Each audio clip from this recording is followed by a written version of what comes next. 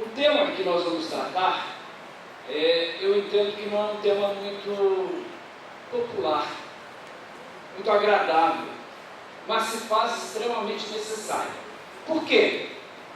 Em primeiro lugar, porque a igreja evangélica brasileira, ela vem sofrendo ataques ao longo da sua história. A igreja cristã sempre sofreu ataques. Ataques de fora da igreja e ataques dentro da igreja.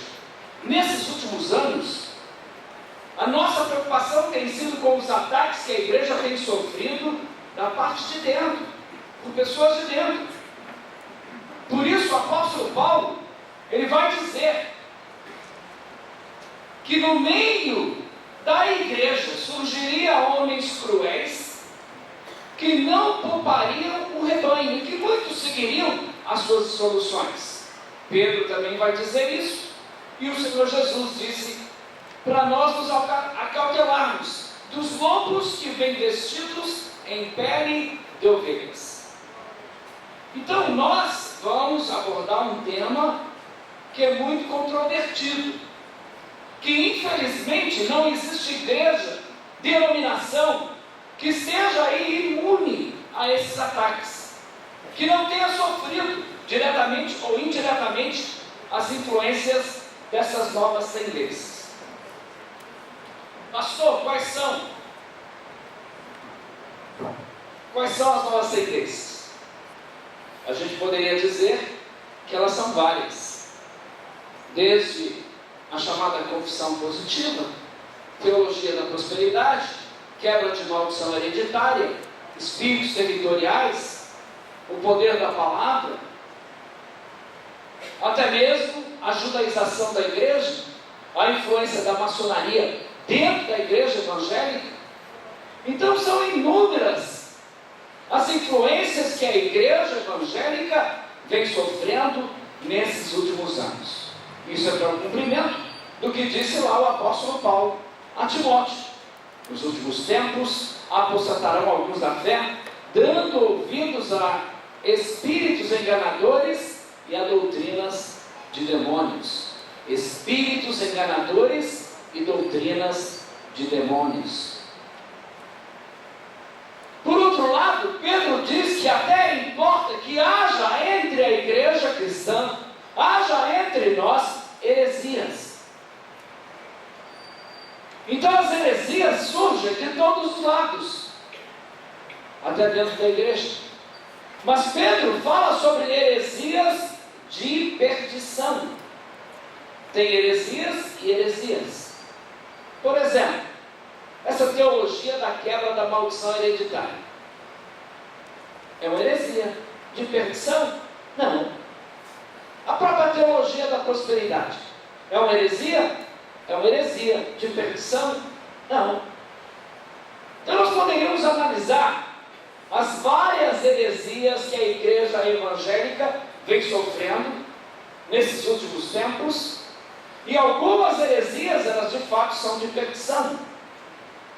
Por isso é importante, o dom mais essencial hoje, o dom que nós deveríamos estimular as pessoas a buscarem, é o dom do discernimento. Mas esse dom não tem sido valorizado dentro da igreja, não tem sido buscado pelos irmãos. O dom do discernimento é que vai nos capacitar a distinguir se aquela doutrina é de Deus ou não, se aquela prática é de Deus ou não. Eu estava ministrando em Natal agora, e eu até cheguei com medo ali na casa do pastor. Eu não sabia muito bem a doutrina da igreja, porque o convite surgiu de última hora. Eu estava aqui no Nordeste. Então o pastor disse: o senhor pode vir ministrar na minha igreja? Qual o nome da igreja? Aí falou o nome da igreja, eu não conhecia. Aí eu comecei a conversar com o pastor. Ele veio de uma outra igreja, com uma influência muito forte de um seminário chamado Verbo da Vida. Não sei se você já ouviu falar desse seminário, que causa um estrago muito grande no meio da comunidade evangélica no Brasil. No Brasil e no mundo, porque o Rema tem não só no Brasil.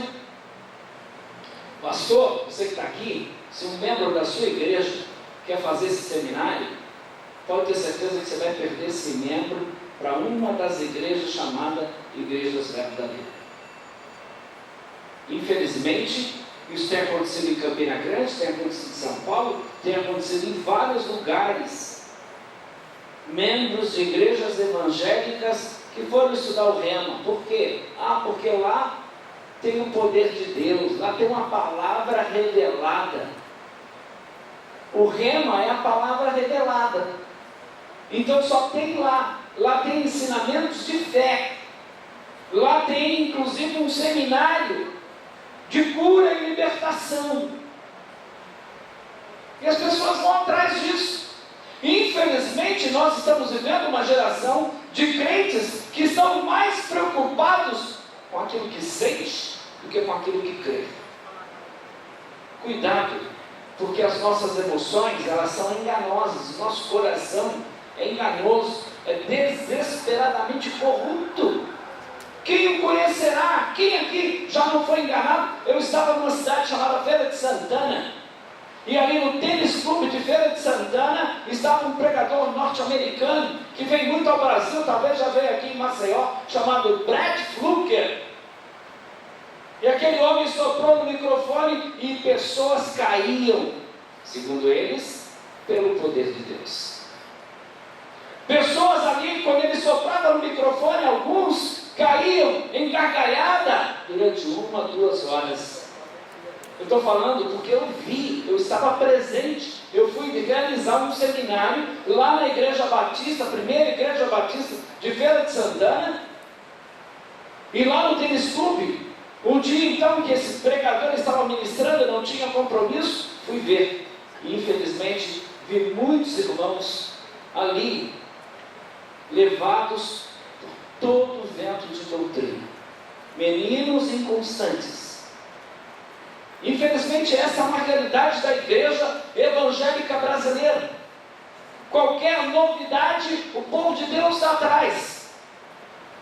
Surgiu um homem poderoso, está todo mundo atrás. Não estão atrás de homens santos, estão atrás de homens poderosos. Quanto mais show, mais queremos esses personagens.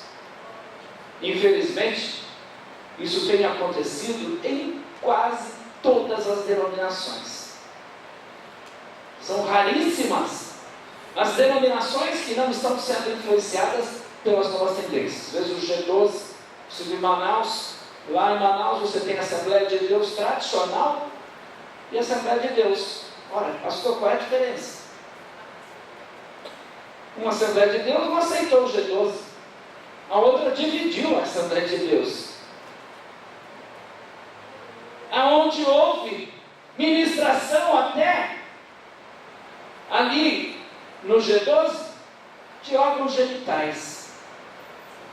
Veja a meninice aonde vai: regressão, quebra de maldição hereditária, espíritos territoriais, teologia da prosperidade, confissão positiva, palavras poderosas, bênção e maldição. Cuidado com o que você fala, porque essa palavra tem poder.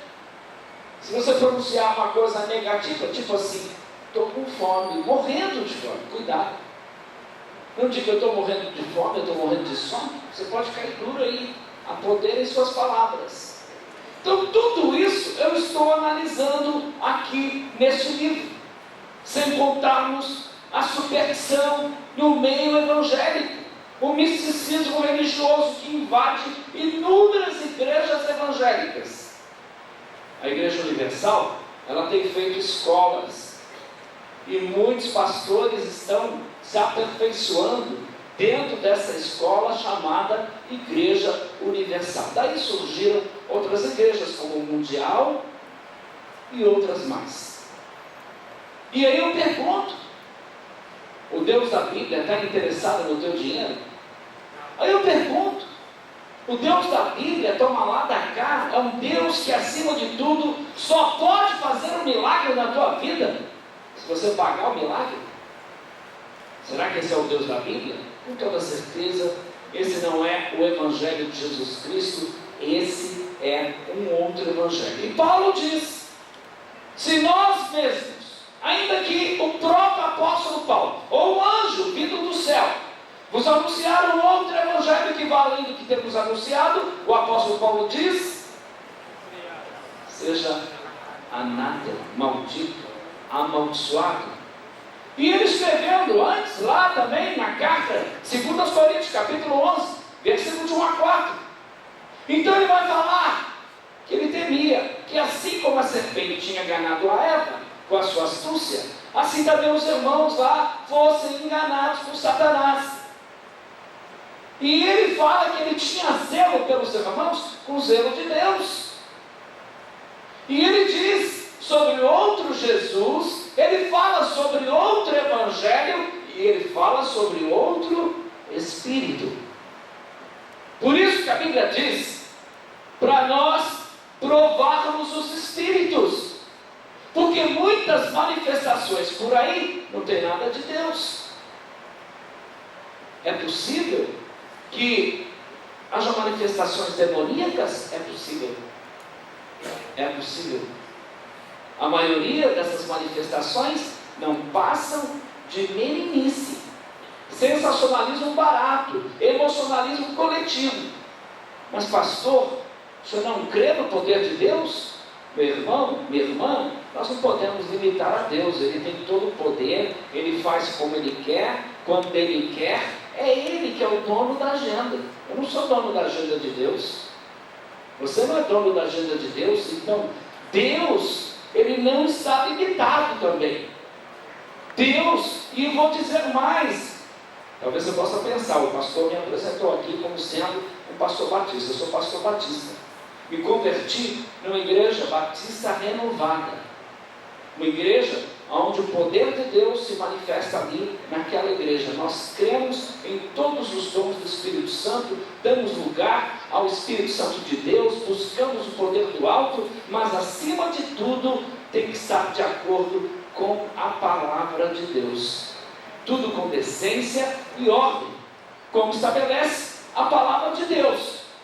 Então uma pessoa que foi queimado pelo fogo de Deus, não vai aceitar nunca fogo estranho. Fogo estranho, meus amados, não é comigo. Por isso a gente tem que provar os espíritos se eles são de Deus. Por isso nós temos que ser como os bereanos, que Paulo elogiou a atitude deles, dizendo assim: vocês foram mais nobres do que os tessalonicenses. Por quê? Porque vocês examinavam nas escrituras se aquilo que eu estava ensinando era de fato de Deus. Então o apóstolo Paulo disse para examinar. Agora, muita gente, infelizmente, muitos pregadores dizem o quê? Não procure entender isso, irmão, só receba. Isso não se entende pela mente, isso se entende pelo Espírito. Isso aí é coisa que só os espirituais entendem. Então, meu irmão, receba e não questione. É assim mesmo? É isso que a Bíblia diz? É isso que a Bíblia manda? Você receber e não questionar? Ou provar? Provar os Espíritos. Julgar as profecias. Nós, infelizmente, julgamos quem? Os profetas, e não as profecias. O que a Bíblia manda é julgar as profecias. O que a Bíblia manda é nós conhecermos a palavra de Deus. Por quê? Porque o povo de Deus perece. E o povo de Deus perece não é porque não canta corinho, não é porque não crê em milagre. O povo de Deus perece porque não conhece a Deus, não conhece a palavra de Deus. Infelizmente, nós estamos numa geração que temos a Bíblia do vovô, temos a Bíblia do empresário, temos tudo quanto é Bíblia. Temos uma quantidade enorme de tradução da Bíblia, mas nunca, em toda a geração evangélica, tivemos um número tão grande de crentes, biblicamente falando, analfabetos, desconhecedores das Escrituras. Então, por isso que essas seitas, por isso que esses movimentos, por isso que as novas tendências estão influenciando a igreja evangélica brasileira. Vamos aqui. Controvérsias, heresias e modismos que ameaçam a igreja brasileira uma resposta bíblica. Nesses dias difíceis, e a gente não pode negar isso, a igreja evangélica enfrenta uma invasão de seitas, uma invasão do ocultismo, do misticismo, da nova era, não podemos ignorar. Houve uma época que as pessoas viam a nova era em tudo. Eu me lembro que fui dar um estudo numa igreja uma vez, e não essa gravata, uma outra gravata. Aí o irmão veio para mim e disse assim: pastor, essa gravata é da nova era. Eu disse: meu irmão, não, essa gravata é minha, eu comprei, paguei. Eles chegavam na casa dos irmãos e viam a nova era em tudo. Ó, esse chinelo é da nova era, esse colchão é da nova era, esse sapato é da nova era, essa roupa é da nova era, tudo é da nova era. E passou. E os irmãos não estão mais preocupados com a nova era, e a nova era está aí com todo vapor. Sabe quem está mais preocupado com a nova era? A igreja católica. Os evangélicos, para os evangélicos, a nova era foi apenas uma onda que passou. Mas dentro desses grupos, das novas tendências, a influência da nova era é muito grande. Com o poder da palavra, com o poder da fé, com a confissão positiva. Influência que infelizmente nós estamos vendo em líderes mundiais, não são líderes nacionais apenas, líderes mundiais. Então, sem contar a crise da integridade, uma nova crise está se abatendo aí sobre a igreja evangélica brasileira. Então, o povo evangélico brasileiro está sofrendo um dilúvio de novas teologias, fenômenos que, por sua vez, com práticas espirituais que estão invadindo a comunidade evangélica, atingindo proporções tais que exigem um posicionamento da liderança. Mas muitos líderes não estão se posicionando. Muitos líderes só vão se posicionar depois que o estrago já aconteceu. Ah, não sabemos se é de Deus ou se não é. Estamos aguardando para ver o que vai acontecer. Foi o caso do G12. Muitos pastores não se posicionaram com relação ao G12, perderam quase a igreja toda. E aconteceram divisões em muitas denominações, dentro da Assembleia de Deus, dentro da Igreja Batista, dentro da Presbiteriana. Infelizmente. Então exige um posicionamento. Para termos um posicionamento, a primeira coisa que devemos fazer é o quê?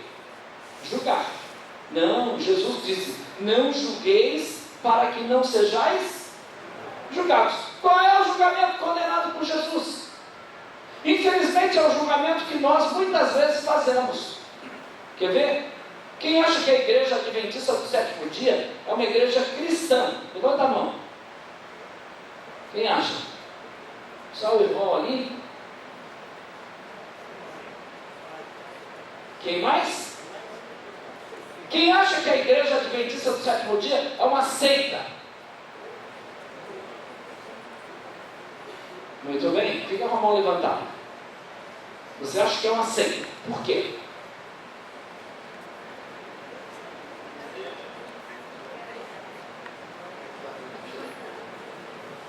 Esse tipo de julgamento é o julgamento condenado por Jesus. Quem mais acha que é uma seita? Quem mais? Agora ninguém mais? Quem mais acha que é uma seita? A igreja adventista do sétimo dia é uma seita? Por quê? Ela não acredita no batismo com o Espírito Santo. Por não acreditar que o batismo com o Espírito Santo é para hoje, eles são uma seita, é isso? Se você chegar lá falando ninguém, ele vai ficar fora. Por isso é uma seita. Por isso é uma seita. E agora? Está certo esse julgamento do irmão? Eles fogem muito da doutrina bíblica. Eu tenho conhecimento. É uma seita porque muitas coisas da Bíblia Sagrada eles não acreditam. Eles não é só para calçado não. Eles falam até que Jesus disse que quem venceu, quem morreu na cruz foi Satanás. É uma doutrina misturada. Eu conheço muitas coisas, seita credora. Bom, eles não falam que Satanás morreu na cruz, eles não falam isso. Eles falam que Jesus morreu na cruz, mas que Satanás vai levar os seus pecados. Então Satanás é co-salvador com Jesus Cristo. A Igreja Adventista, quem assiste o canal Novo Tempo aí? Quem assiste? Várias pessoas, né? Assiste na mira da verdade do seu Leandro Quadros, enfim. Olha, muito cuidado. Eu estava dando um estudo agora em João Câmara, um irmão fortemente influenciado pela Igreja Adventista, porque estava assistindo a TV Novo Tempo, evangélico. Ele é evangélico, estava na minha palestra sobre Adventismo, defendendo a Igreja Adventista.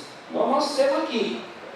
Mas veja, quando nós falamos de novas tendências, você sabia que tem igrejas guardando o sábado, igrejas evangélicas? Influência de quem? Dos adventistas. Influência da Igreja Adventista do sétimo dia.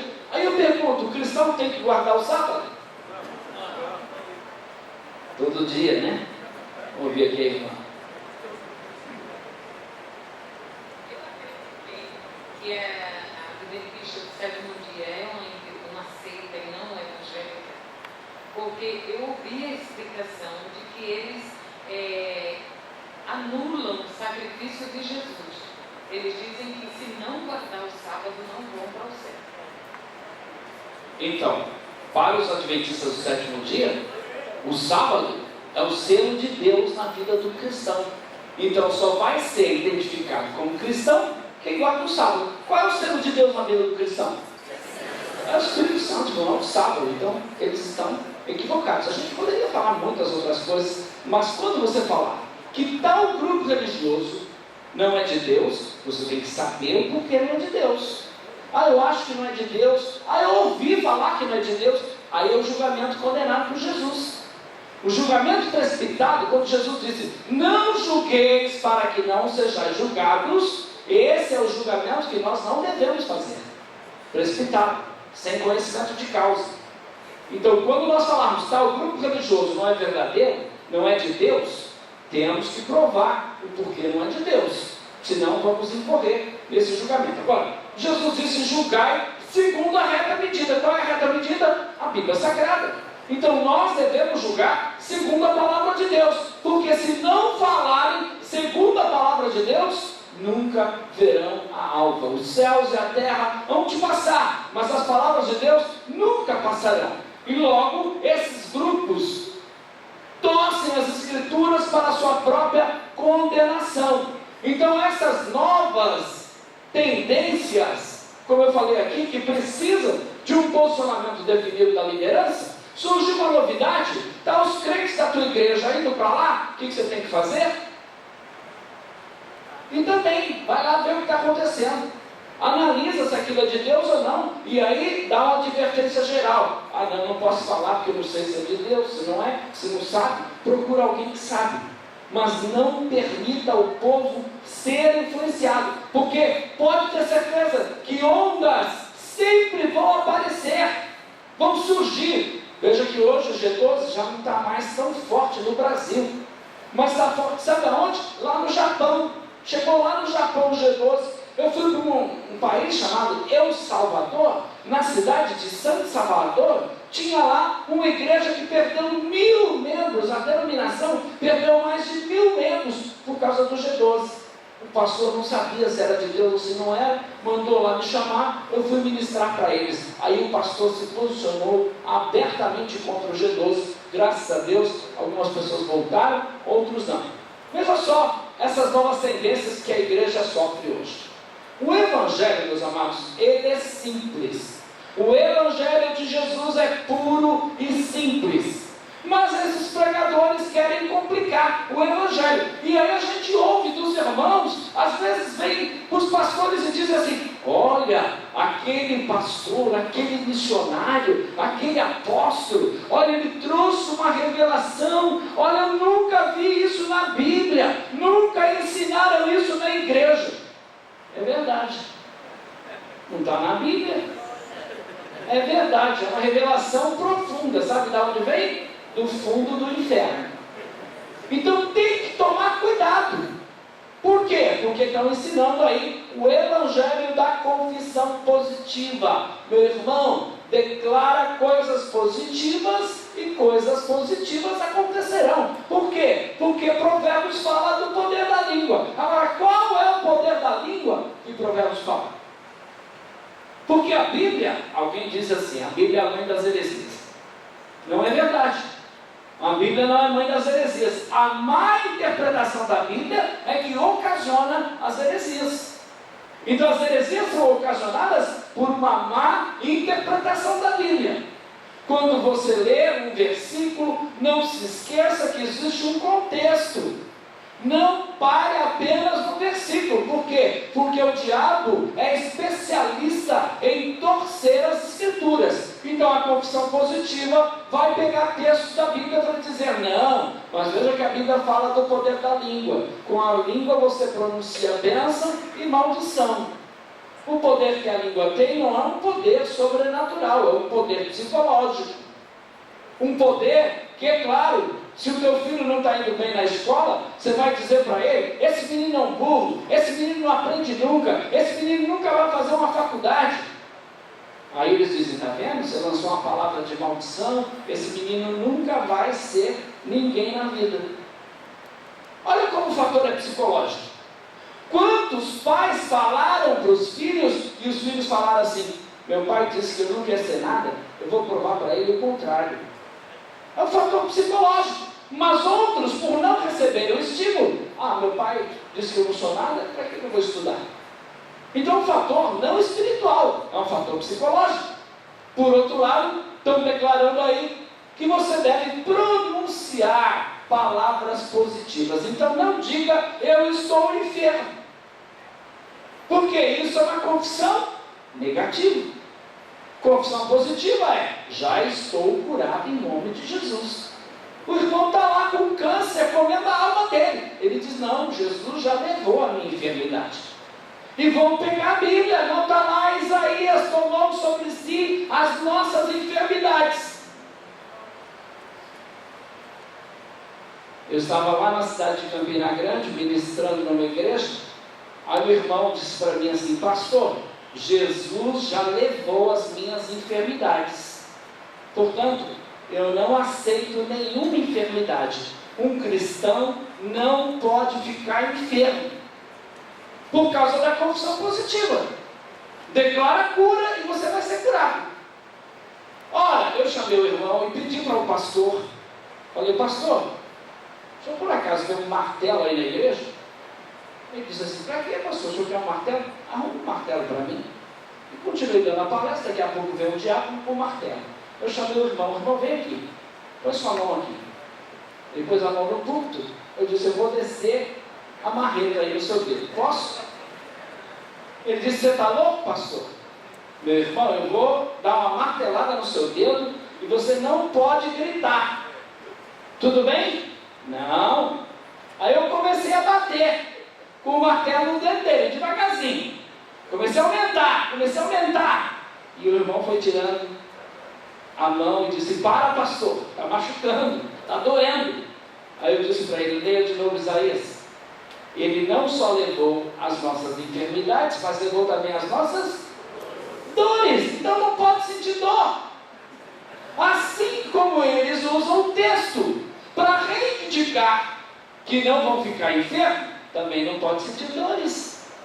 Aí a Valnice Miranda diz assim: inclusive, uma serva de Deus que tem um parto normal não pode sentir dores. Inclusive, um servo de Deus não pode morrer com menos de 70 anos.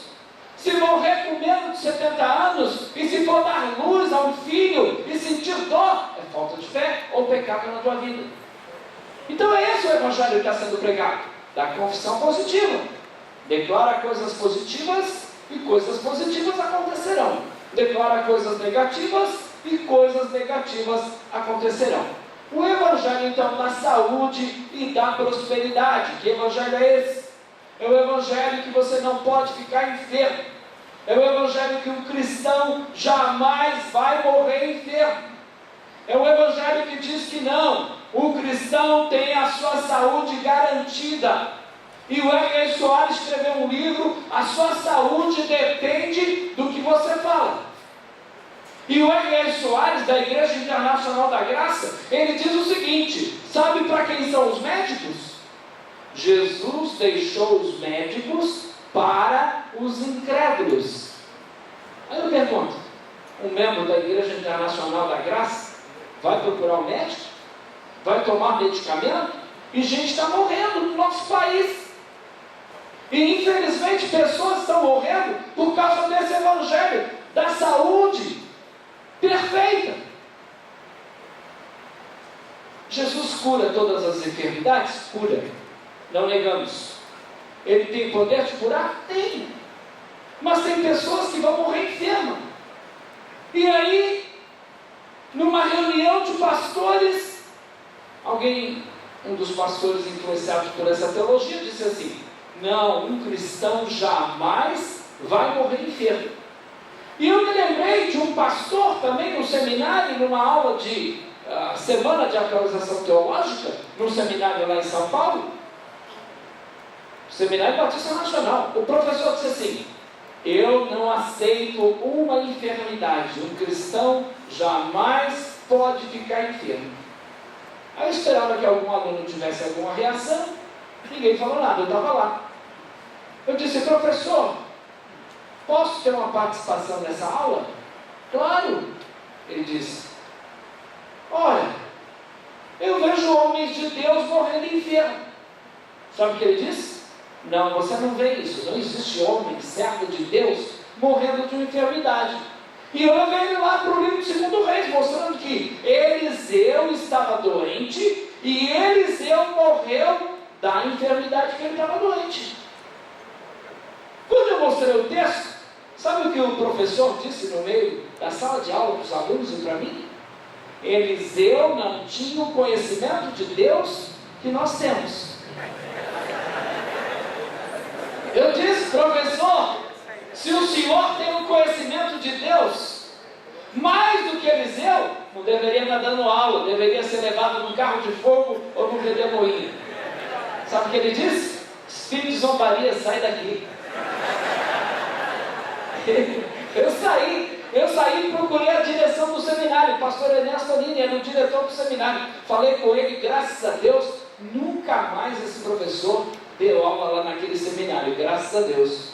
Mas, meus amados, é o evangelho da saúde, é o evangelho da prosperidade. Não, o crente tem que ter muita grana, o crente tem que ter, não é um Fusca, não é um Palio, não é um Gol, o crente tem que ter uma Land Rover. Quem quer receber? Receba, meu irmão, uma Land Rover. Não é nem Land Rover, é Land Rover. Qual é o bairro mais nobre aqui de Maceió? É aqui mesmo? Qual é o pior bairro de Maceió? Aonde? Não pode morar lá. Não pode, crente não vai morar lá, hein? Então esse evangelho da prosperidade diz que você tem que morar nesse bairro aqui. Que a vontade de Deus não é que você ande de alternativo, de ônibus, de moto, de bicicleta. A vontade de Deus é que você ande de Land Rover. Porque o crente, ele é cabeça, ele não é cauda. O crente é filho do rei. E são inúmeros os jargões que são usados para defender a chamada teologia da prosperidade. E eles fazem lá campanhas e mais campanhas, porque é dando que se recebe. Então toma lá da cá. é aquela ideia da semente. Você tem que plantar. E se você plantar 100, você vai receber quanto? 100 vezes mais. O mesmo texto diz que você vai receber 100 vezes mais. Mulher também. Alguém quer? Mãe, pai, filho, 100 vezes mais. Não é só bens materiais, não. Então, meus amados, quando alguém citar um texto para você, olha o texto, olha o contexto, veja o que está dizendo. Por quê? Porque, por exemplo, todas as palavras que dizem respeito a desfrutar de bênçãos materiais, dizem respeito a quem? A igreja? Não, meus amados, me perdoem. Talvez o pastor Laelson nunca mais me chama para vir aqui, eu não estou preocupado com isso. Estou preocupado em ensinar a palavra de Deus para vocês como ela é. Então veja, tudo que diz respeito às promessas de bênçãos materiais, diz respeito à nação de Israel, e elas estão vinculadas ao Velho Testamento, não ao Novo. No Novo Testamento, nós não temos promessas materiais, as promessas são celestiais. A Bíblia diz: aonde estiver o teu coração, aí está o teu tesouro. A Bíblia diz para a gente juntar muita grana, é assim? Não junteis, é o que a Bíblia diz. A Bíblia diz para a gente buscar em primeiro lugar a Land Rover, a mansão. É isso? Não, não é isso. Buscar em primeiro lugar o quê?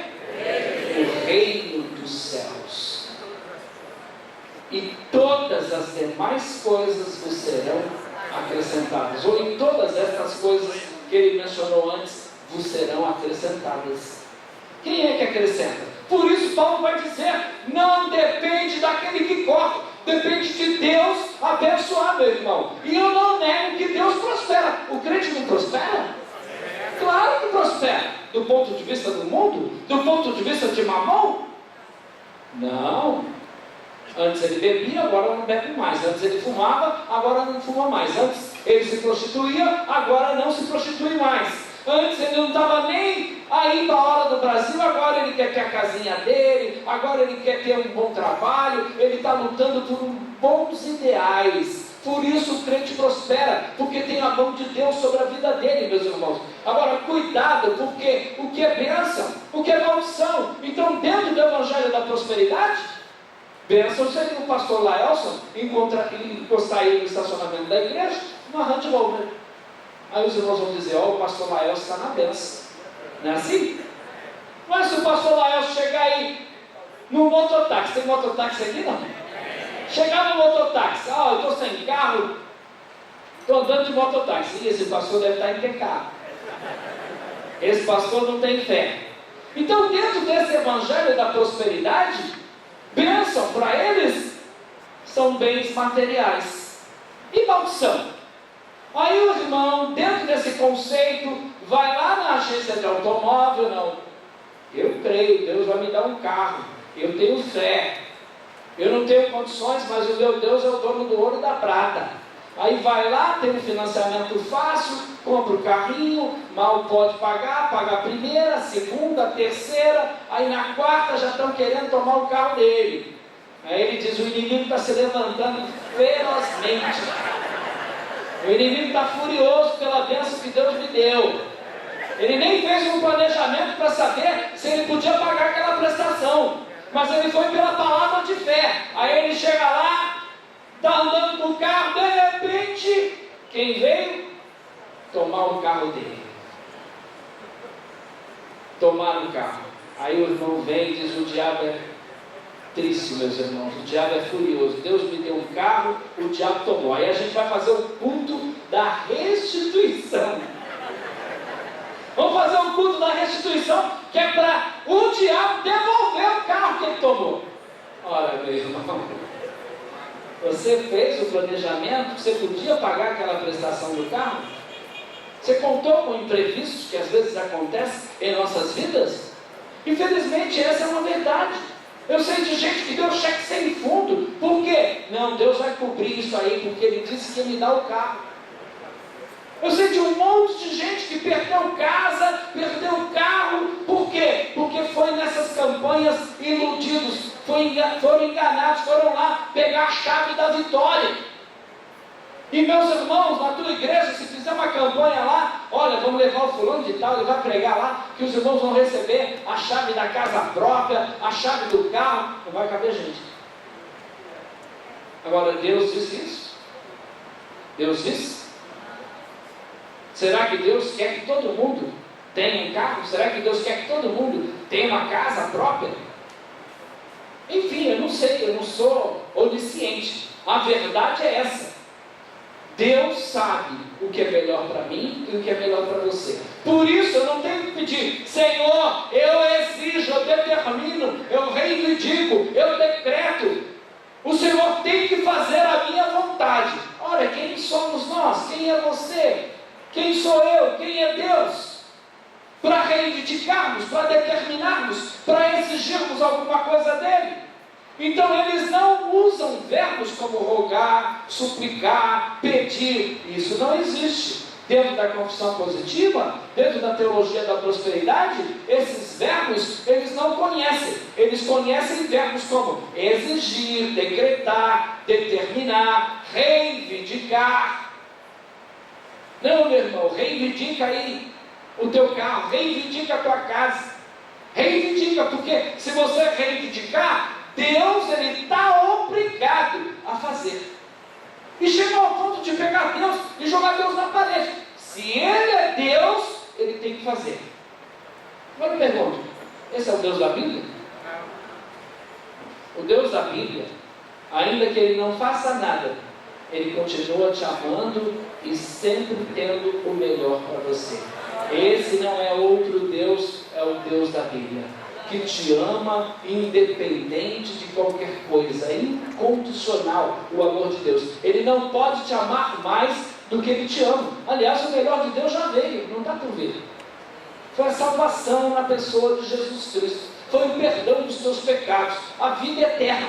Então, com isso, estão pregando um outro evangelho. Crentes extremamente materialistas, meus irmãos. Crentes gananciosos, crentes usurentos, crentes secularizados, que estão com o coração só voltado para as coisas deste mundo. É o que esse evangelho tem causado. Infelizmente é essa a influência desse evangelho maligno. Tem causado um secularismo dentro da igreja, tem causado humanismo dentro da igreja, tem causado uma geração de crentes que só vão a Deus por aquilo que Ele pode oferecer. Como você como pai, como encararia se o teu filho só viesse me dá, e nunca desse um beijo em você, e nunca agradecesse você, e nunca demonstrasse amor verdadeiro por você? Porque se você ama o seu cônjuge por aquilo que ele faz, não é amor. Isso não é amor. O amor é incondicional. O amor de Deus por nós é incondicional, e esse amor está derramado em nossos corações. Por isso, qual é o maior mandamento? Amar a quem? Sobre o quê? E o que mais? E agora?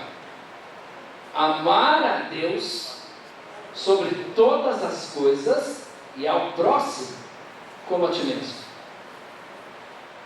Quantas vezes você foi comprar uma camisa e pensou naquela pessoa que não tem uma camisa?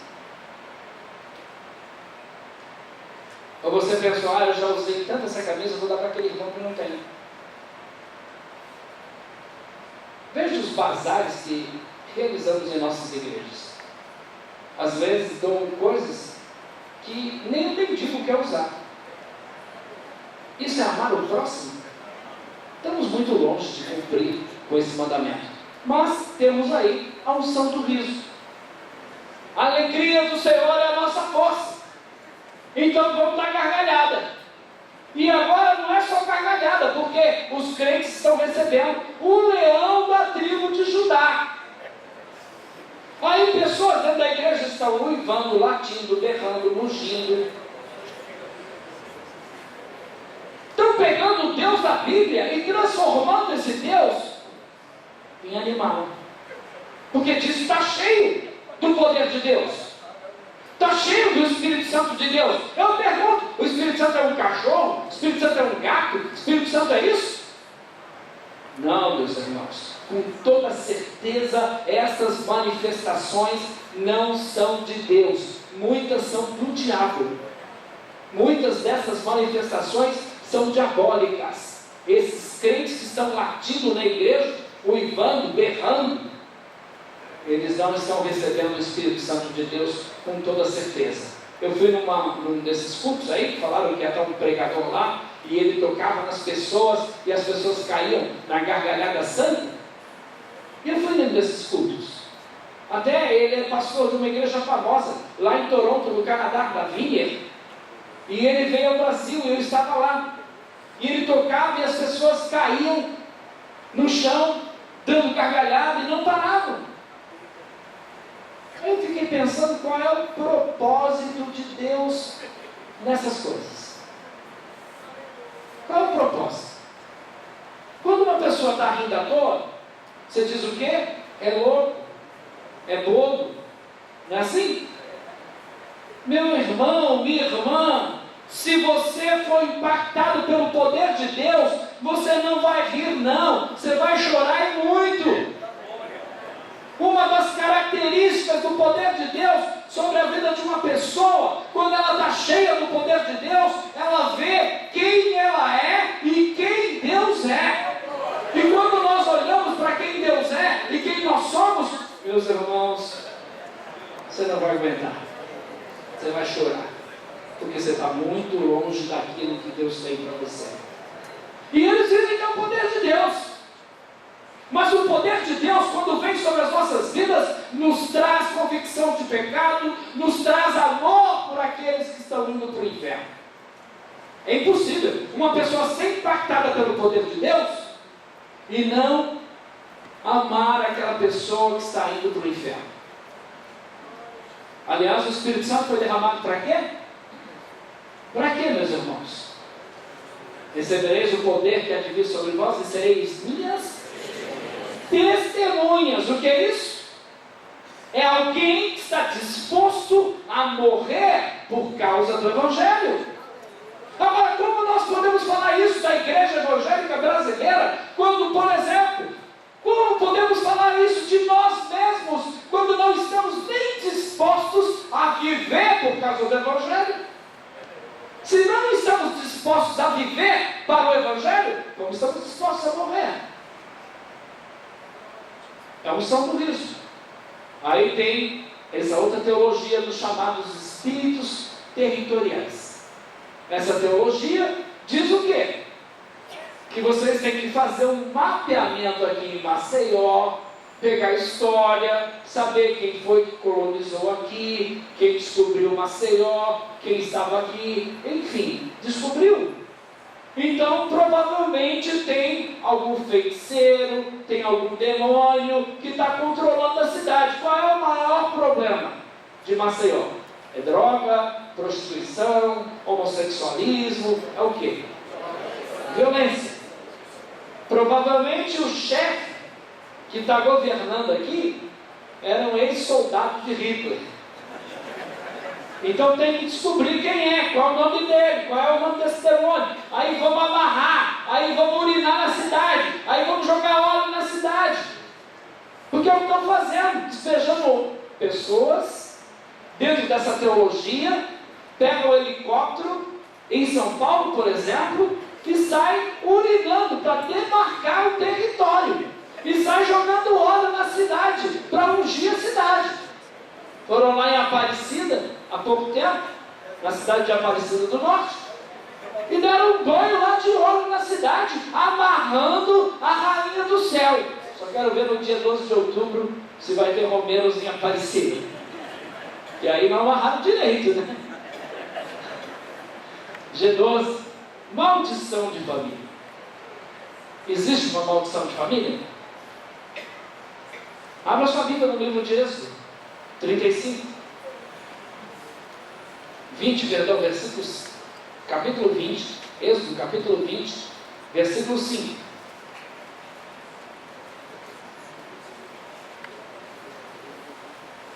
Pastor Laios, pode ler?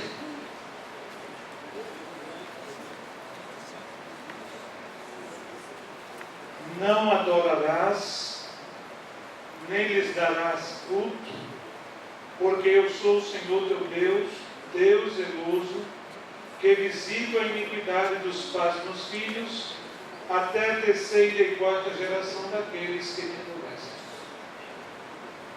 Muito bem. Os pregadores da maldição de família, quem são eles? A Igreja Universal do Reino de Deus, a Igreja Sara Nossa Terra, a Igreja do nosso Senhor Jesus Cristo, Palavra da Fé, a Igreja Renascer em Cristo e muitas outras igrejas. A Igreja Fonte da Vida e muitas outras igrejas. Eu poderia ficar horas falando aqui dos chamados defensores da maldição de família. Mas o texto, o que ele diz? Deus visita a iniquidade dos pais nos filhos até a terceira e quarta geração de quem? Numa outra tradução diz, daqueles que me odeiam. Você conhece algum crente que odeia a Deus? Conhece algum cristão que odeia a Deus? Não tem. Ser cristão ama a Deus, não odeia a Deus. Quem não é cristão, com as suas práticas, demonstra o quê? O muçulmano, o budista, o macumbeiro, demonstra com as suas práticas que odeia a Deus. Então o texto é muito claro, a gente vai depois analisar melhor essa teologia, mas o próprio texto já dá a refutação. Quem está debaixo de maldição? Os que odeiam a Deus. Isso não diz respeito aos cristãos, não diz respeito a nós. Ah, pastor, mas espera aí, o senhor está falando isso, mas na prática é outra história. Por quê? Porque eu conheço lá uma família, a avó era adúltera, a mãe era adúltera, a filha também. Olha aí a maldição. Ah, eu conheço também uma família, o avô era alcoólatra, o pai é alcoólatra, o filho também é alcoólatra. Depois nós vamos abordar isso mais detalhadamente. Cuidado, muito cuidado com as interpretações. Cura interior. Ah, você tem traumas do passado, então precisa ser ministrado uma cura interior. Não, olha, vamos fazer um seminário na igreja de cura interior. Eu já vou antecipar que a verdadeira cura interior, sabe onde que ela acontece? Em algo que a igreja não faz. Aonde? Aonde acontece a cura interior? No discipulado. Quando uma pessoa se converte, então ele vem lá fora do mundo com muitos problemas. Não negamos, às vezes foi violentada pelo pai, por um tio. Enfim, a pessoa vem com problemas. E essa pessoa vem para a igreja, aceita Jesus. Não pensa que ela esqueceu que ela foi violentada pelo pai. Agora ela precisa ser o quê? Discipulada. No discipulado vamos explicar quem ela é em Cristo Jesus, vamos explicar para ela que ela tem que perdoar e assim por diante. Então por isso, meus irmãos, eles agora inventaram a cura interior. Então faz um seminário na igreja e aí eles ministram sobre a vida da pessoa. Diz o seguinte, está vendo? Você está com esse problema? Sabe o que é? É uma maldição de família. Olha, não, isso aí é um espírito familiar. Olha, isso aí não é um problema teu. Isso aí é um problema da tua tia, do teu avô, do teu bisavô. Aí descobre que alguém dentro da genealogia tinha aquele tipo de problema. Então, dentro da cura interior, eles estão fazendo regressão. Volta lá no útero. Vai lá no ventre da tua mãe. E volta muito mais, volta gerações passadas. Isso é espiritismo, mas está acontecendo dentro de igrejas evangélicas. Tem mais. Na teologia cristã, Deus é considerado o soberano do universo. Ele é descrito como perfeitamente sábio, autossuficiente, onipotente. A soberania de Deus é a doutrina que afirma que Deus é supremo tanto em governo quanto em autoridade sobre todas as coisas. Nos movimentos da confissão positiva, não é assim. Deus nada mais é do que um ser dotado de fé, enquanto que o homem, ele é o grande soberano. Um pregador norte-americano chega ao ponto de dizer que Deus não pode fazer nada sem a minha e a tua permissão. Eu não sabia que estava com essa bola toda. Deus não pode fazer nada sem a nossa permissão. Meus amados, à luz da Bíblia, quem nós somos? Barro. Quem é Deus? O divino oleiro. O barro pode dizer para o oleiro o que ele deve fazer? Barro tem algum valor, meus irmãos? Barro só tem valor nas mãos de quem? Do oleiro. Quando ele deixa o oleiro trabalhar na vida dele. Então, dentro desse movimento, a perspectiva bíblica completa da fé não é o que nós vamos ver aqui. Biblicamente falando, para nós evangélicos cristãos, primeiro tem o conhecimento, depois tem a concordância, depois tem a confiança. A Bíblia diz: se pedirmos alguma coisa segundo a sua vontade, Ele nos ouve, nos atende. Se pedirmos alguma coisa segundo a sua vontade. Mas o pastor Paul Yang-Shu, o pastor de uma das maiores igrejas da Coreia, escreveu um livro chamado Quarta Dimensão, que muitos crentes leram, que é um dos livros mais vendidos da editora Vida. No Quarta Dimensão, Paul Yang-Shu precisava de uma cadeira, uma escrivania e uma bicicleta. E ele orava e nada. Mas ele então resolveu especificar para Deus. Disse qual era a cor da bicicleta, qual era o ano, onde ela era fabricada, como era a escrivania, como era a cadeira. Aí ele diz assim: depois que eu aprendi a especificar para Deus, eu não tive mais medo de Deus errar na entrega. Aonde está a soberania de Deus?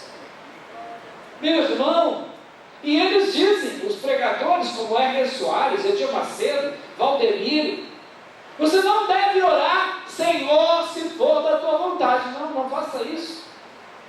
Isso é uma oração incrédula, não é uma oração de alguém que tem fé.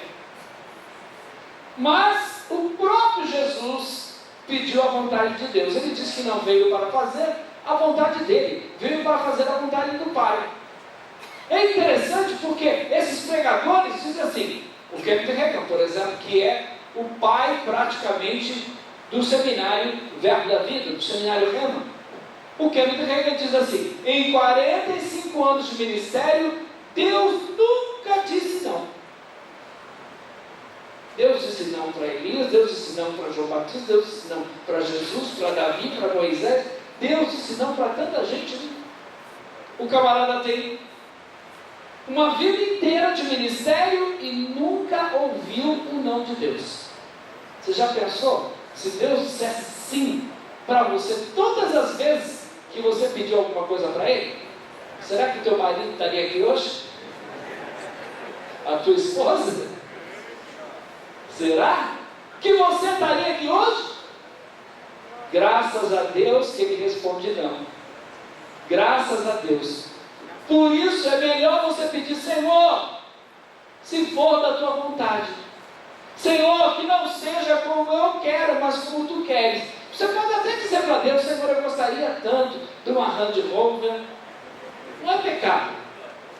Agora, Deus só vai responder se você falar assim: não, tem que ser vermelha, ano 2014. Não é assim. Deus sabe o que é melhor para você. O que acontece? No círculo da confissão positiva, isso que nós estamos colocando aqui, o conhecimento, a concordância e a confiança, não é levado a sério. Então, verbos como exigir. Quem acha que pode exigir algo de Deus aqui, levanta a mão. Só pode exigir algo de Deus quem estiver acima dele, sabiam disso? Só pode reivindicar algo de Deus quem estiver acima dele. Só pode determinar para Deus quem tiver mais autoridade do que Ele. Mas infelizmente, essas pessoas que estão aí crendo nesse outro evangelho, eles usam esses verbos aí. Nós exigimos, nós decretamos, nós determinamos, nós reivindicamos. Tem um sindicato lá no céu, né? Agora vamos fazer greve. Deus, nós fizemos uma reivindicação, não fomos atendidos, vamos fazer greve. E aí substitui verbos como pedir, rogar, suplicar, etc. O R. Soares diz assim: nunca ore dizendo, faça a tua vontade. O Poio Bichu, como eu falei aqui, depois que eu aprendi a especificar meus pedidos, eu não tive mais medo de Deus errar na entrega. O Fred Price, o pregador americano, ele diz assim: Deus não tem qualquer poder de interferir neste mundo. Quando Ele quer fazer alguma coisa neste mundo, tem que pedir permissão a nós.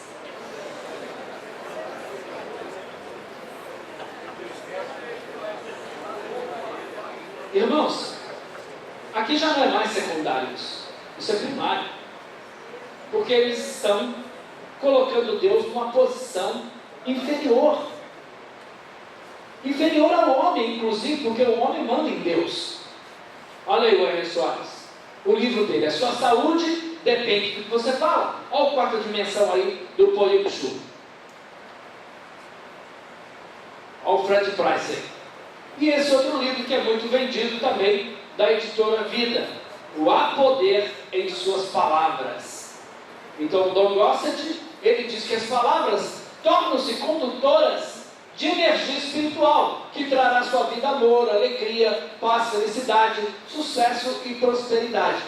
Colocando em prática os princípios expostos neste livro, você descobrirá que há poder em suas palavras. O Kenneth Hagin, no seu livro Zoe, A Própria Vida de Deus, ele diz assim: a sua saúde também depende do que você fala. Por que o título aqui é o mesmo do R. Soares? Alguém sabe?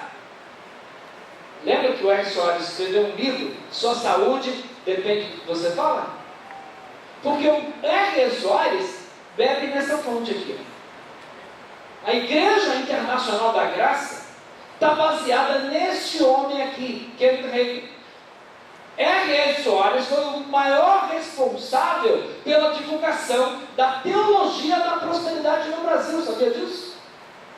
Não é nem o Edir Macedo, é o R. Soares. Porque por intermédio da gráfica editorial, ele traduz todos os livros de Kenneth Hagin.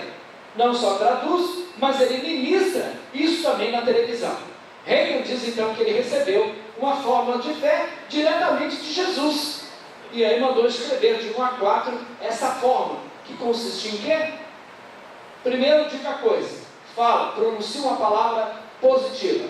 Depois, faça a coisa acontecer, porque isso vai determinar a sua vitória. Depois, receba.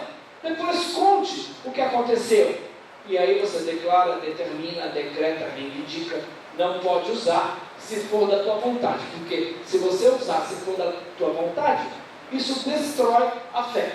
Aquele é o pastor Jorge Linhares, da Igreja Batista Nacional, que tem o livro Bênção e Maldição. E eu vou estar falando sobre esse livro, inclusive quando falarmos sobre a teologia da maldição hereditária. Mas é um dos livros mais vendidos da editora Betânia, uma editora evangélica. Então Jorge Linhares diz assim: palavras produzem bênção ou maldição. Palavras negativas dão lugar à opressão demoníaca. Palavras positivas, confissão positiva, amorosas, de fé, de confiança em Deus, liberam um poder divino para desfazer a opressão. Então tudo depende, segundo ele, do que você fala. Temos que ter fé em Deus. Essa nossa fé em Deus é que faz com que os montes que enfrentamos a cada dia sejam superados não pelo poder inerente da fé, mas no poder inerente do doador da fé, ou seja, o nosso Deus. Então, sem essa fé, não venceremos, mas com Deus somos mais do que vencedores. Infelizmente, essa doutrina da confissão positiva, ela anula completamente a soberania de Deus. E, biblicamente falando, Deus não depende de palavras dos homens para agir. Deus é sempre e sempre será soberano. Já imaginou um Deus que depende do homem para agir? Já imaginou? Você vai querer esse Deus? Então, com certeza, esse Deus teria muitos problemas. Esse Deus entraria em enrascada se estivesse sujeito às nossas oscilações aí. Eu mesmo não queria um Deus assim. Eu prefiro o Deus da Bíblia, que tudo faz, como diz o salmista, como lhe apraz. E aí, a doutrina da confissão positiva enaltece o homem. Quando entendemos biblicamente que o homem é o quê? O homem é pó, o homem não é nada. Então a gente fica consciente das nossas limitações. Quanto mais a confissão positiva enaltece o homem, porque é isso que eles fazem, mais eu vejo o seu erro. A Bíblia nos mostra claramente que o homem nada é comparado com o Senhor nosso Deus. E aí o Deus da Bíblia, ele é verdadeiro, o homem é mentiroso. Nós estamos numa situação totalmente oposta. Deus é infinito, eu sou finito.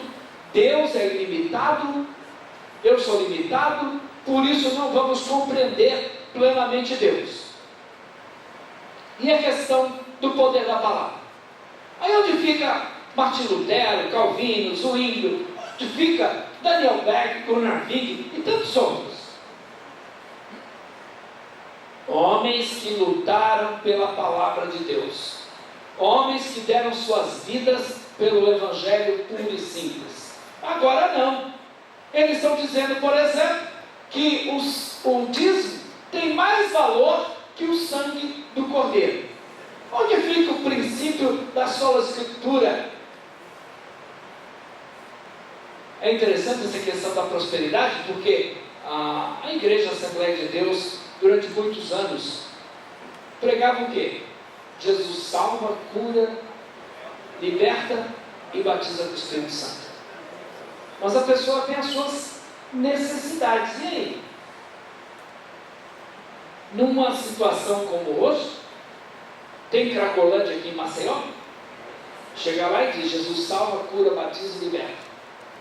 É o suficiente para aquela pessoa que está lá na Cracolândia? Ou vamos ter que tirar ele de lá e colocar ele num lugar, num abrigo? Ele não pode voltar para a casa dele. Então nós temos que nos preocupar com isso. Não é só um problema do governo, é um problema da igreja. Nesse exato momento é possível que aqui em Maceió tenham pessoas que estão buscando numa lata de lixo alguma coisa para comer. Não é um problema nosso? É um problema do governo? É um problema da prefeitura? É um problema da Dilma? É um problema da igreja. A nossa luz tem que brilhar nas trevas. E Jesus disse que nós deveríamos visitar os presos, os enfermos e aqueles que não têm que comer, a gente deveria dar de comer a eles. Então o que aconteceu? Durante um bom tempo, a igreja evangélica disse, irmãos, não se apeguem às coisas deste mundo, não se apeguem à riqueza. Era o que a maioria da população não cristã também aprendeu. Que riqueza era sinônimo da bênção de Deus. Mas a maioria dos evangélicos não aprendeu assim. A maioria dos evangélicos tinha essa ênfase, essa pregação, que o crente não deveria se apegar às riquezas, às coisas terrenas, e que os problemas de saúde e enfermidade que o crente enfrentava, meu irmão, isso é uma aprovação de Deus. Isso é uma aprovação de Deus. Mas hoje não. Hoje, falta de dinheiro, perseguição, não é mais aprovação de Deus. Isso aí é falta de fé, meu irmão. O irmão está dando dízimo? Primeira pergunta que vão fazer. O irmão está dando dízimo? Você é enfermo, meu irmão? Já orou? Já decretou? Já determinou? Já reivindicou? Então, eles estão agindo dessa forma. E, infelizmente, tem influenciado para uma igreja secularizada. O secularismo tem invadido hoje a igreja e muitos estão preocupados com esses homens poderosos do que com homens santos. Pregadores que fazem mais sucesso aqui na terra do que no céu. Estamos querendo super-heróis que dão um verdadeiro show aí nos púlpitos das nossas igrejas. Infelizmente, as livrarias evangélicas estão fortemente invadidas por uma grande enxurrada de livros que não devem ser lidos. Não devem. E infelizmente, livrarias evangélicas estão vendendo livros de autoajuda, livros dos adventistas, livros de seita como Meninos de Deus, livros da confissão positiva, da teologia da prosperidade, Kenneth Hagin, Benny Hinn, Mary Hickey e outros. E eles estão influenciando a igreja. E muitos pregadores que começaram a ler essa literatura acabam praticando o que eles praticam. E aí já estão jogando paletó, estão assoprando no microfone, estão tocando para as pessoas caírem na gargalhada santa, estão fazendo seminário de quebra de maldição, estão fazendo o culto dos empresários, o culto da restituição. Pastor, o senhor é contra o culto dos empresários? Não, pode até fazer. Mas eu acho que quem mais precisa de um culto são os desempregados. Alguém já viu aí uma igreja fazendo o culto dos moradores de rua? Tem, não? Eu não conheço. Lá em São Paulo não tem, no Rio não tem, na Paraíba não tem, eu não conheço. Só se estiver aqui em Maceió. Vamos reunir todo mundo que está aí jogado na rua, vamos fazer um culto para eles de ação de graça, de louvor, de gratidão. Vamos dar lá um banho, vamos dar alimento para eles, vamos dar roupa para eles. Mas fazer o culto dos empresários. É óbvio que eles estão pensando nisso. Estão pensando nisso. E aí, meus irmãos, como é que fica essa questão do dinheiro à luz da Bíblia Sagrada? Como é que fica essa questão da cura física à luz da Bíblia Sagrada? Como o texto que eu disse de Isaías 53. É muito simples. Uma das atribuições do Messias era curar o povo da sua enfermidade. Mas esse mesmo texto, em 1 Pedro, é usado para quê? Pecado. Então o pecado é a enfermidade da alma. E Jesus cura a nossa enfermidade. Não negamos que Jesus cura, mas Ele cura quem Ele quer, quando Ele quer e como Ele quer. Deus cura sempre? Não, Deus cura sempre. Paulo fala para Timóteo fazer o quê? Decreta a Timóteo a cura. Reivindica, determina, exige. Não, falou para quê? Ô irmão, não fala isso. Paulo mandou ele tomar vinho. E agora? Irmão, não vai usar esse argumento não, tá? Ah, pastor, eu estava sentindo uma dor. Eu vi na Bíblia lá que Paulo aconselhou Timóteo a tomar vinho. Então eu estou tomando também porque eu estou com uma dor aqui no estômago. Não faça isso, tá? Por favor. Mas Paulo disse que deixou Trófimo enfermo. Paulo não tinha fé? Deixou o camarada enfermo? E Paulo tinha um espinho na carne. E ele orou e exigiu, decretou. Não. Paulo orou 3 vezes ao Senhor e Deus disse para ele o quê? Paulo, tenha fé. A minha graça te basta, porque o meu poder se aperfeiçoa na tua fraqueza. Está aí, meus irmãos. Como entender isso, né? Como entender a morte de um homem como o profeta Eliseu, que o professor disse que não tinha o conhecimento de Deus que nós temos. Mas eu me lembro que um soldado caiu lá na cova de Eliseu morto. Quando bateu nos ossos, ressuscitou. Esse homem não conhecia Deus. É um absurdo. O Jorge Tadeu é um pregador português que vem ao Brasil também. Ele tem várias igrejas na África, várias igrejas, é uma das maiores igrejas de Lisboa, inclusive, do Jorge Tadeu. Esse pregador, ele diz assim: já vimos que as doenças não vêm de Deus, mas sim do diabo. E agora? Toda enfermidade vem do diabo? Vamos ver? Jó. Lembra de Jó? Jó estava lá dando seu culto a Deus, na sua vida normal, e o diabo foi lá no céu, numa conferência com Deus, disse assim: está vendo lá? Sabe por que ele é assim? Porque ele tem saúde. Sabe por que ele é fiel? Porque ele tem uma família, porque ele tem dinheiro. E o que Deus disse? Vai lá. E o diabo foi. Então, logo de cara, Jó perdeu todos os seus bens. Aí depois, Jó tem que enterrar todos os filhos no mesmo dia. Todos os filhos morreram. E a mulher ficou para dizer assim: rapaz, você ainda mantém a sua integridade? Ainda é fiel a Deus? Amaldiçoa teu Deus e morre. Jó 2,10, ele diz: tu é uma maluca, mulher. Receberemos o bem de Deus e não receberemos o mal? E agora? Jó 42, verso 2: bem sei que tudo podes e que nenhum dos teus planos podem ser frustrados. Jó, em momento algum, perdeu a visão de que Deus estava no controle da situação. Jó disse assim: ainda que ele me mate, nele esperarei. Ele disse: eu sei que o meu Redentor vive. Jó sabia que Deus não tinha perdido o controle da situação. Mas infelizmente muitos irmãos questionam: Deus, onde é que o Senhor está? O Senhor não está vendo meu marido? Deus, o Senhor não está vendo meu filho? Deus, o Senhor não está vendo essa situação, não? Quero te dizer uma coisa, meu irmão. Quero te dizer uma coisa, minha irmã. Deus sabe o que está acontecendo na tua vida. Em momento algum, Ele perdeu o controle da situação. Você está nas mãos de Deus.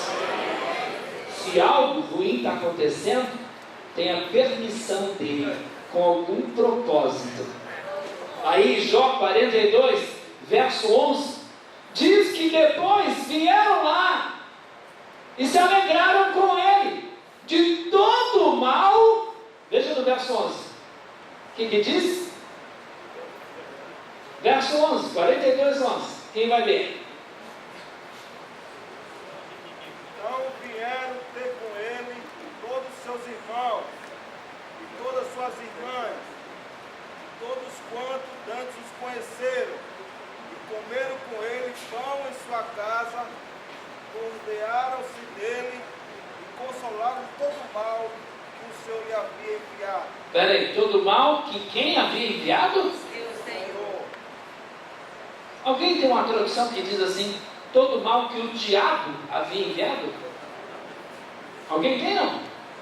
Nem a testemunha de Jeová tem. Porque Deus tem o controle de toda a situação, meus irmãos. O diabo é um cão feroz, é um pitbull. Quem está segurando na corrente? Deus. Portanto, o diabo não pode fazer o que ele quer sem a permissão de Deus. Graças a Deus que nós temos um Deus que se compadece das nossas fraquezas. O nosso Deus nos ama independente das circunstâncias. Ainda que não haja, ainda, todavia, eu murmurarei, assim não, me alegrarei no Deus da minha salvação. Já estamos terminando, vamos mais à frente. Deus cura sempre? Então Jorge Tadeu diz isso, mas a Bíblia diz o contrário. A Bíblia mostra que Deus é quem faz o mudo, Deus é quem faz o surdo. A Bíblia mostra. Quem pecou? Foi ele, a mãe dele, o pai dele, o avô dele? Ninguém pecou. Foi para que se manifestasse a glória de Deus. E não negamos que algumas doenças são ocasionadas pelo pecado. Mas nem toda doença é ocasionada pelo pecado. Em última análise, o pecado original é que trouxe a morte, é que trouxe doenças, tá? Mas todos estamos sujeitos aí aos intempéries da vida.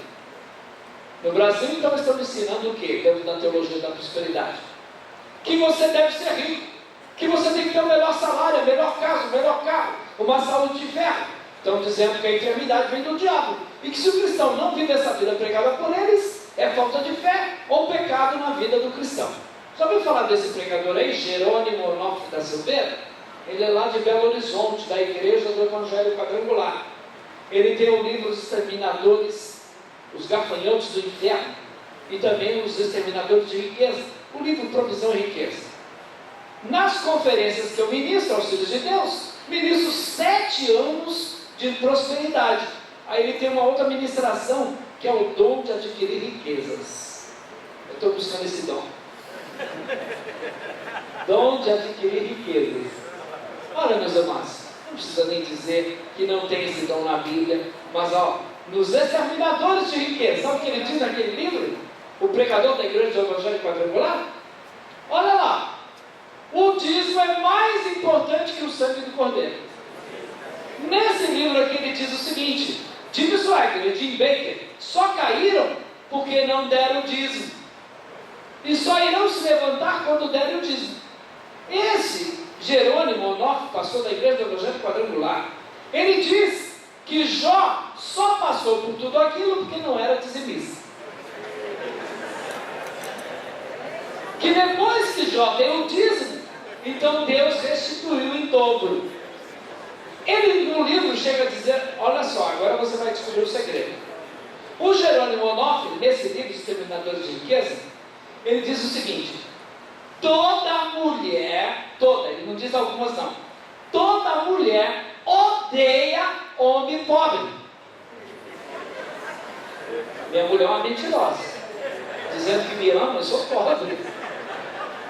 Está vendo que você está solteiro? É um absurdo, meus irmãos, as declarações que a gente vê esse pessoal ensinando por aí. Esse Cristiano Neto é um outro pregador, tem programa de televisão lá em Curitiba, ele ensina também sobre a prosperidade. Ele fala do livro dele, que você vai viver uma vida de prosperidade. E Deus chamou ele para ser profeta da prosperidade. Ele tem o livro As 7 Chaves da Riqueza, e aí ensina você a ganhar dinheiro. Não é ganhar alma não, ensina você a ganhar dinheiro. Então são os livros que estão por aí. Olha o Edir Macedo, que tem lá suas campanhas, né? Corrente de Jericó, corrente do trabalhador, do desafio, da prosperidade, dos dizimistas. Prosperidade e a palavra de Deus. Olha só, o que eles chegam a dizer. Dizem que Jesus era rico. Por quê? Porque os soldados disputaram a túnica de Jesus. Então era de linho caríssimo, era de grife. Dizem que Jesus era tão rico, que ele tinha um tesoureiro. Era tão rico que o tesoureiro roubava, ele nem percebia. Por favor. Chega ao ponto de dizer, esses pregadores, o Benihim, por exemplo. Você já leu os livros do Benihim? Quem já leu aqui? Levanta a mão. Quem já leu? Muito bem, não deve, tá? Pare, em nome de Jesus, acabou. Leitura de Benihim, Kenneth Reagan, Edir Macedo, R.R. Soares, Valnice Milhões, Joyce Meyer. Não lê esses livros. Ele ensina 9 pessoas da Trindade no livro Bom Dia Espírito Santo. Agora, olha só, quando Jesus disse assim: as aves dos céus têm ninho, as raposas têm covis, mas o Filho do Homem não tem aonde reclinar a cabeça. Sabe por que Jesus disse isso? Que onde ele estava não tinha um hotel 5 estrelas. Onde está isso na Bíblia? Onde está isso na Bíblia? Mas as pessoas defendem isso. Bom, a apresentação de Jesus como oferta de pobre, a moeda emprestada. Jesus não tinha aonde reclinar a cabeça. E Pedro e João? A gente vê essa onda apostólica. Infelizmente, no Brasil hoje nós temos uma onda apostólica, e a Igreja Batista da Lagoinha é a maior responsável por essa onda de apóstolos no Brasil. A maior responsável. Pastor, então, aqui em Maceió tem apóstolos também? Deve ter, com toda certeza. Eu não conheço uma cidade no Brasil que não tem. Biblicamente falando, existem apóstolos? Não existem apóstolos. Se alguém quer usar um título de apóstolo, sabe quem são? Os missionários que estão na África, que estão lá no Irã, no Iraque, no Piauí, enfim. Esses são apóstolos. Foram enviados. Porque esse é o significado da palavra apóstolo. Os apóstolos de Jesus, lá no templo de Formosa, estava lá um mendigo pedindo o quê? Uma esmola. Pedro e João disseram para ele o quê? Pedro disse lá para João: pega uma barra de ouro e dá para ele. Porque os apóstolos de hoje, já viram ou não? Os apóstolos de hoje é bracelete de ouro, anel de ouro, relógio de ouro. Pastores aí, irmãos, que combatiam a teologia da prosperidade, pastores famosos da televisão, que combatiam a teologia da prosperidade, hoje estão andando com um relógio Rolex de 300 mil. 300 mil um relógio de um pastor. Fazendo campanha para comprar o jatinho. E muitos irmãos contribuem. E missionário passando fome na Índia, passando fome na África. Mas vamos dar dinheiro para o irmão que ele está fazendo a obra. Enfim, Deus, e quer saber? O ponto de vista bíblico está aí. Provérbios capítulo 30, versículos 7 a 9. Abacuque capítulo 3, versículo 17 e 18. Filipenses 4, 11 a 13 e versículo 19. Então, em Provérbios, Salomão diz assim: duas coisas eu te peço: não me des a pobreza e nem a riqueza. É isso que você deve fazer. Essa é a oração que você deve fazer. Então Deus não se condiciona aos nossos caprichos. Quando Ele nos abençoa, é pela sua misericórdia. E tudo que recebemos é pela graça de Deus. Amém, meus amados?